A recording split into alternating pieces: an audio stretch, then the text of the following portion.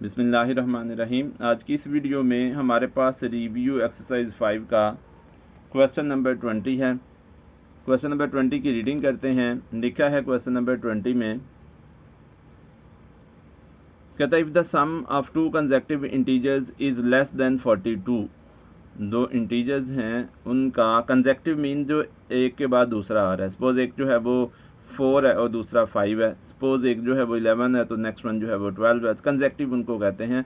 तो if the sum of two consecutive integers is less than 42 find the square of the largest possible integer.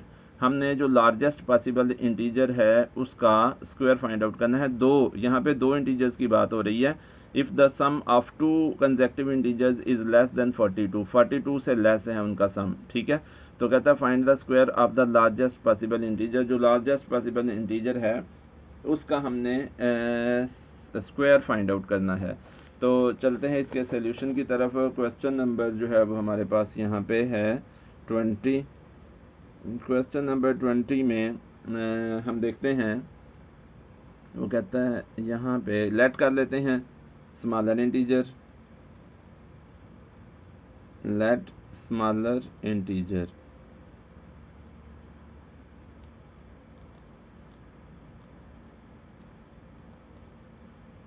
जी, smaller integer फिर हमारे पास आ गया suppose यहाँ पे x। तो उसके बाद हमने जो है वो फिर हमारे पास इसका साथ वाला इंटीजर हो जाएगा, देन लार्ज या लार्जर इंटीजर जो है वो हमारे पास हो जाएगा x+1। एक अगर x हो जाता है तो दूसरा हमारे पास जो है वो x+1 हो जाएगा। अच्छा, अब हम देखते हैं, और वो ये ऐसे ही आता है ना कि अगर जो है कोई सपोज के 12 हो तो दूसरा 12 में 1 ऐड करेंगे तो 12 + 1 13 हो जाएगा। तो इसलिए नेक्स्ट इंटीजर अगर हमने किसी का भी फाइंड आउट करना हो या कंसेक्टिव इंटीजर फाइंड आउट करना हो तो उसमें 1 ऐड कर लेते हैं। इस तरह से हमारे पास जो है वो इसका कंसेक्टिव इंटीजर आ जाता है। कहता है if the sum of two consecutive integers, sum का मतलब है कि इनको ऐड कर देना है। अगर हम इनको ऐड करेंगे तो इनका सम x प्लस x+1 आ जाएगा, ठीक है जी। तो कहता है लेस देन, ये लेस है 42 से। Sum is less than 42, it is written sum is less than 42। तो हमने भी जो है वो सम हमने राइट कर दिया है कि 42 से लेस है। तो अब इसको सॉल्व करते हैं।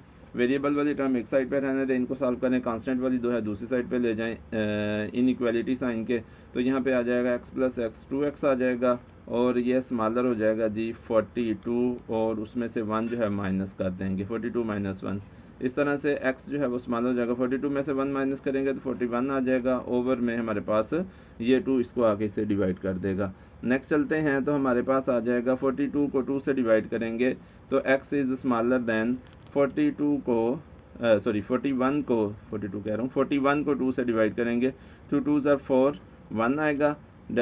तो इसको डिवाइड करेंगे तो 2 0 ज़ार 0। जिस नंबर हमने नीचे लाना है उसको डिवाइड लाजमी करना है। अब ये 1 आ जाएगा तो इस तरह से ये आ जाएगा, डेसिमल पॉइंट यहाँ पे पुट करेंगे और ये बन जाएगा 0। तो इस तरह से 2 5 ज़ार 10 आ जाएगा। तो इस तरह हमारे पास आ जाएगा 20.5 या 20 होल 1/2। सेम 20.5 से स्मॉलर होगा वो इंटीजर, और 25.5 से स्मॉलर इंटीजर जो है वो 20 है। सो हम कह सकते हैं स्मॉलर इंटीजर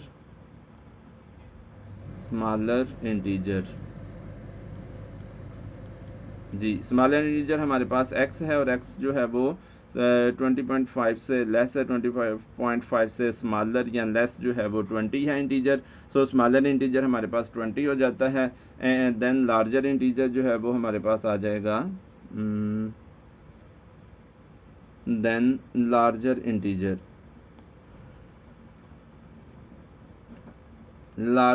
इंटीजर जो है वो हमारे पास आ जाएगा जी x+1 है तो इसका मतलब है x की जगह पे 20 + 1 दैट इज़ 21 आ जाएगा लार्जर इंटीजर।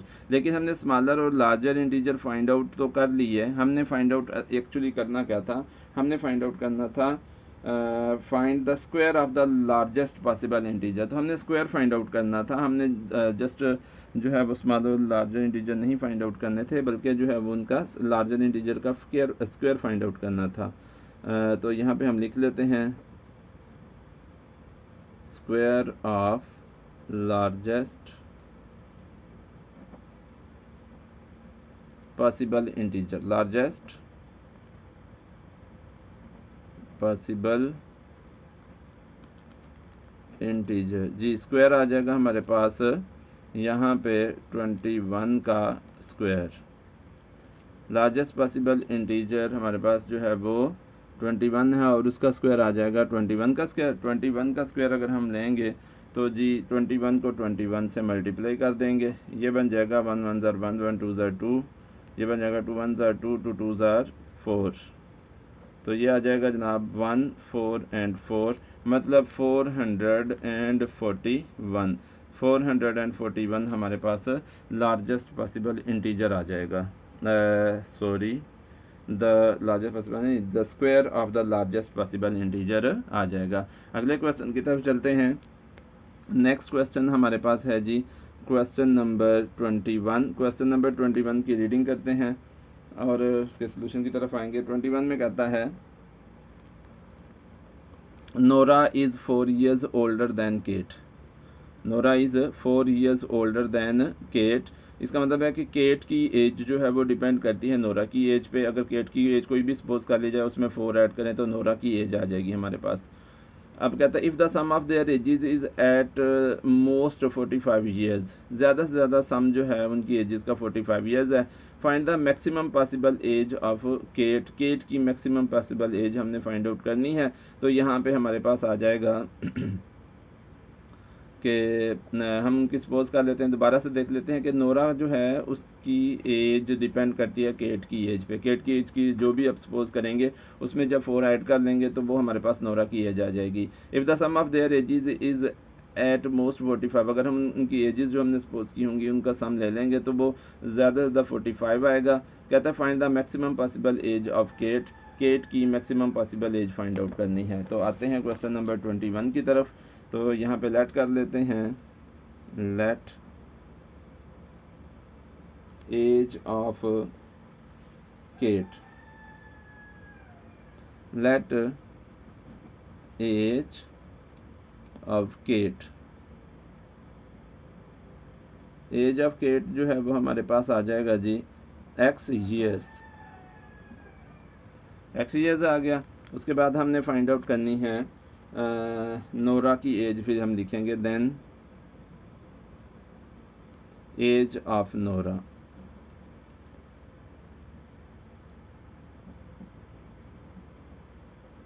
नोरा की एज हमारे पास आ जाएगी जी x + 4 years। x + 4 years, ये नोरा की एज आ जाएगी। अच्छा, नेक्स्ट वो कहता है कि if the sum of their ages at most 45 years, 45 से ज़्यादा नहीं हो सकती। इस वजह से हम इसे लिखेंगे x + 4 जो है उनकी एजेस का सम, एक x है दूसरा x + 4 है, उनकी एजेस का सम जो है वो एट मोस्ट जो है वो 45 है, इनके 45 या 45 से स्मॉलर, ये आ जाएगा हमारे पास। 45 से बिगर नहीं हो सकता। तो ये हमारे पास आ जाएगा। इसको सॉल्व करेंगे उसी तरह से x + x 2x आ जाएगा, क्योंकि इनके कोएफिशिएंट 1 है, जो इनके साथ सेम साइन है, इस वजह से इनके कोएफिशिएंट्स का सम लेते हैं। 1 + 1 2 हो जाएगा, 7x आ जाएगा, विच इज़ लेस देन और इक्वल टू 45, और 45 में से 4 जो है वो माइनस हो जाएगा। इस तरह से 2x जो है वो लेस देन और इक्वल टू 45 - 4 आ जाएगा हमारे पास 41। और अब हम x की वैल्यू फाइंड आउट करने के लिए 41 को डिवाइड कर देंगे 2 से। जब 2 से डिवाइड करेंगे तो x की वैल्यू जो है वो हमारे पास आ जाएगी लेस देन और इक्वल टू, अब हमने ऊपर भी जो है वो इसी तरह से किया था ऊपर वाले क्वेश्चन में। तो हमने 41 को डिवाइड किया था, ऊपर हम अगर चलते हैं तो 41 को 2 से डिवाइड किया था। यहाँ पे 41 को 2 से डिवाइड किया था तो हमारे पास आंसर आया था 20.5। 20.5 x इज लेस देन और इक्वल टू 20.5। ठीक है जी, पहले भी आया था आंसर, नेक्स्ट आ गया दोबारा से हमारे पास, उसी को देख के कर लिया हमने, दोबारा से कैलकुलेशन नहीं की। x इज़ लेस देन और इक्वल टू 20.5, तो इस तरह से maximum possible age of Kate हमने फाइंड आउट करनी थी। तो यहाँ पे मैक्सिमम पॉसिबल एज जो है वो हमारे पास केट वो 20 ईयर्स आ जाएगी, या 20, just a minute,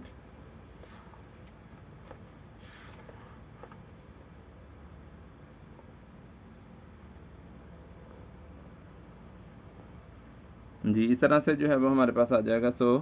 maximum possible age, maximum possible age of Kate की मैक्सिमम पॉसिबल एज आ जाएगी हमारे पास 20 ईयर्स। 20 से ज़्यादा जो है वो उसकी एज नहीं हो सकती। अच्छा जी, नेक्स्ट क्वेश्चन पे चलते हैं। नेक्स्ट क्वेश्चन जो है वो है हमारे पास दूसरी साइड पे जो है वो करते हैं, पेज की साइड टर्न करते हैं, फिर मैं आपकी तरफ आता हूँ जी। तो पेज टर्न कर लिया है। नेक्स्ट क्वेश्चन जो है वो हमारे पास साइड पे क्वेश्चन नंबर 22 है। क्वेश्चन नंबर 22 की रीडिंग करते हैं। यहाँ पे कहता है a ship can carry a maximum of 60 passengers. एक शिप पे जो है वो 60 पैसेंजर जा सकते हैं मैक्सिमम, इससे ज़्यादा नहीं, इससे कम हो सकते हैं 60, 59, 58, 40, 30 जितने भी कम कर लें, लेकिन जो है वो मैक्सिमम 60 पैसेंजर्स कैन कैरी जा सकते हैं या ले जा सकती है। By setting up an inequality, एक इनइक्वालिटी जो है वो आपने सेट करनी है। Find the minimum number of ships, minimum number of ships find out करनी है that are needed to carry 400 passengers. अब यहाँ पे मिनिमम का वर्ड आया, बाकी सब में मैक्सिमम का वर्ड आ रहा था, तो यहाँ पे आ रहा है मिनिमम नंबर ऑफ शिप्स। तो हम यहाँ पे देखते हैं कि मिनिमम नंबर ऑफ शिप्स के लिए हमने कौन सा इनइक्वालिटी का साइन जो है वो यूज़ करना होता है। तो यहाँ पे हमारे पास आ गया, तो हम सपोज कर लेते हैं जो फाइंड आउट करना था minimum number of ships. Let, यहाँ पे हम सपोज कर लेते हैं let minimum number of ships, let minimum number of ships. तो हमारे पास मिनिमम नंबर ऑफ शिप्स जो हैं वो x आ जाएगा। ठीक है, अब यहाँ पे हम देखते हैं कि 60 पैसेंजर्स जो है वो एक शिप लेके जा सकती है, तो यहाँ पे आ जाएगा जी हमारे पास 60x। और मिनिमम के लिए हम जो है वो सिंबल ये वाला यूज़ करेंगे, मिनिमम नंबर ऑफ शिप्स। ठीक है, यहाँ पे जो है वो ये वाला सिंबल यूज़ हो जाएगा हमारे पास। तो कहता है find the minimum number of ships that are needed to carry 400 passengers. तो यहाँ पे हमारे पास 400 इस साइड पे आ जाएगा, तो 60x इज़ आ जाएगा ग्रेटर दैन 400, क्योंकि यहाँ पे हमने minimum number of ships find out करना है। तो मिनिमम के लिए ये वाला ग्रेटर दैन का साइन आएगा, और मैक्सिमम के लिए जो है वो यहाँ पे जो है वो हमारे पास जो स्मॉलर वन का जो है वो साइन आता है। ठीक है जी, तो ये आ जाएगा जी हमारे पास x which is greater than 400 over 60। यहाँ पे 0 को 0 से कैंसिल करेंगे, 60 को 4 से डिवाइड करेंगे, 40 को 6 से डिवाइड करेंगे, तो ये हमारे पास आ जाएगा जी 6 5 ज़ा 35, और 5 आ जाएगा। यहाँ पे हमारे पास आ जाएगा डेसिमल पॉइंट, और 0 आ जाएगा, तो 6 8 ज़ा 48 आ जाएगा। इस तरह से हमारे पास जो है वो ये आ जाएगा, यहाँ पे 10 - 8 2 आ जाएगा, और 1 मोर 0 वी कैन पुट, और 6 3 ज़ार 18। इस तरह से हमारे पास जो है वो ये चलता जाएगा, और ऊपर भी। तो यहाँ पे हम जो है वो ग्रेटर देन और इक्वल टू का साइन भी जो है वो यूज़ कर सकते हैं, क्योंकि मैक्सिमम जो है वो उसके इक्वल भी आ सकती हैं, लाजमी नहीं कि ग्रेटर ही हो उससे। अच्छा, यहाँ पे अब हमारे पास जो है वो आंसर आ रहा है जी x इज़ ग्रेटर देन और इक्वल टू 5.83, या इन अदर वर्ड्स हम ये भी लिख सकते हैं, दूसरे अल्फाज में हम ये भी लिख सकते हैं कि 5 ओवर 60। मतलब हम नेक्स्ट वन जो है वो स्टॉप कर देते हैं, यहाँ पे ये वाला क्रॉस कर देते हैं, 5 ओवर 6 जो है वो हम लिख लेते हैं 5 ओवर 6, 5 ओवर 6 हम यहाँ पे राइट कर लेते हैं कि ये मैक्सिमम जो है ना नंबर ऑफ शिप्स ये हो सकती हैं। अच्छा, यहाँ पे हम देखते हैं कि ये जो शिप्स हैं, यहाँ पे जो शिप्स हैं वो ये पॉसिबल जो है वो नंबर ये हमारे पास आ सकता है।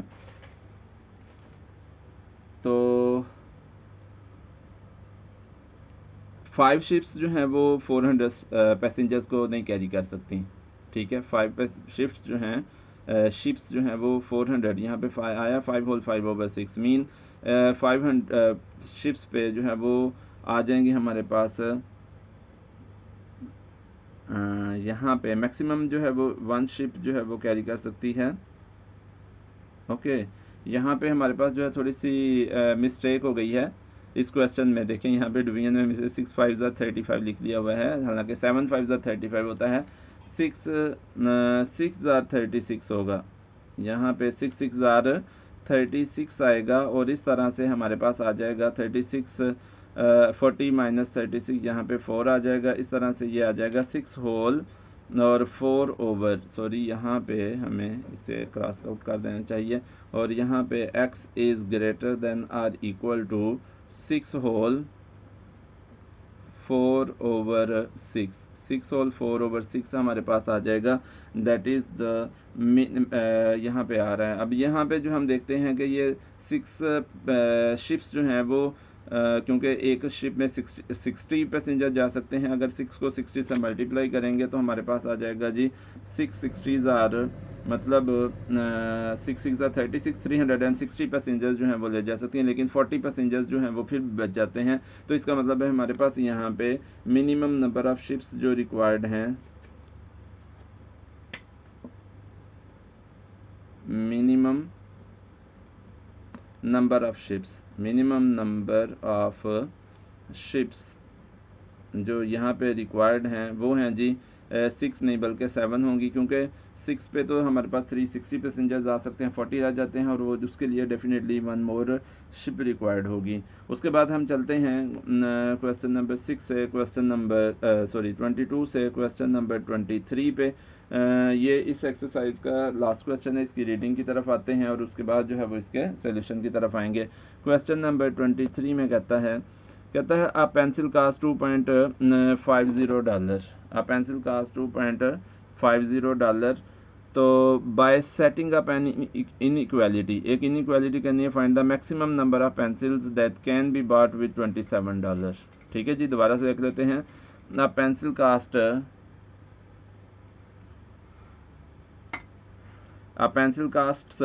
$2.50 by setting up an inequality, एक इनइक्वालिटी आपने सेटअप करनी है, find the maximum number of pencils that can be bought with $27। हमने मैक्स फाइंड आउट करना है मैक्सिमम नंबर ऑफ पेंसिल्स। तो यहाँ पे हम लेट कर लेते हैं, let maximum number of pencils या लेट पेंसिल्स, लेट चलिए मैक्सिमम लिख लेते हैं, लेट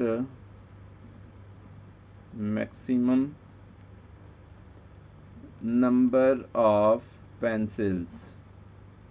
जी ये हमारे पास आ जाएगा मैक्सिमम नंबर ऑफ पेंसिल्स, हम कर देते हैं x है, तो एक की कास्ट यहाँ पे हमने देखा 2.50 है, 2.50 एक की कास्ट है, तो 2.5x जो है वो x पेंसिल्स की कास्ट आ जाएगी, और वो हमारे पास आ जाएगी is less than or equal to, क्योंकि हमने मैक्सिमम फाइंड आउट करना है तो 27 से लेस या उसके इक्वल आ जाएगी। इस तरह से x will be less than or equal to 27/2.50, 27/2.50 आ जाएगा। अब यहाँ पे 27 को 2.50 से करेंगे तो डेसिमल पॉइंट जो है वो हम रिमूव करते हैं, तो ये आ जाएगा जी हमारे पास x is less than or equal to 27/250, और इसको ऊपर मल्टीप्लाई करेंगे 100 के साथ, तो 0 0 से कैंसिल हो जाएगा, 5 5 25 आ जाएगा, 5 2 10 आ जाएगा। इस तरह से x is less than or equal to आ जाएगा हमारे पास। यहाँ से हम देखते हैं 27 को 2 से मल्टीप्लाई करेंगे तो ये आ जाएगा जी 54/5, ठीक हो गया, 54/5 आ जाएगा। इस तरह से यहाँ पे हम देखते हैं अगर 54 को 5 से डिवाइड करेंगे तो ये जी हम सेपरेट डिवाइड कर लेते हैं, 54 डिवाइडेड बाय 5, 5 1 ज़ार 5, ऊपर से 4 आएगा, 5 0 ज़ार 0, ये 4 आ जाएगा। इस तरह से 10 whole 4/5। So x is less than और इक्वल टू 10 होल 4/5, 10 होल 4/5 आ जाएगा। तो ये बन जाएगा आपके पास। हाँ जी, यहाँ पे कितनी जो है वो 2.50, अगर एक ही कास्ट हो $27 हो तो मैक्सिमम हमारे पास जो है वो 10 हो सकती हैं, या 10 से यानी कि 10 होल 4/5 मीन 10 होल 4/5 हो सकती है। 4/5 तो जो है वो एक पेंसिल नहीं हो सकती, ये तो फ्रैक्शन आ गया, इस वजह से जो है वो 10 पेंसिल्स आ जाएंगी और कुछ जो है वो सेंट्स जो है वो वापस मिल जाएंगे, या डॉलर जो है वो वापस मिल जाएंगे। अब 10 की कास्ट हो जाएगी $25, ठीक है। 2.50 एक की कास्ट है, अगर 10 की करेंगे तो $25 हो जाएगी, और $25 में से हमारे पास जो है वो 27 में से $2 बचेंगे और पेंसिल आ जाएंगी हमारे पास 10। So maximum number of pencils यहाँ पे कर लेते हैं। So maximum number of pencils, ये हमारे पास आ जाएगा जी, हमारे पास अब 10, ये आंसर आ जाता है। तो ये थी आज की वीडियो। अगर आपको पसंद आई तो इसे लाइक करें, मेरे चैनल को सब्सक्राइब करें, बेल आइकन को भी प्रेस कर दें ताकि हर आने वाली वीडियो आप तक पहुंच सके। बहुत शुक्रिया, अल्लाह हाफिज़।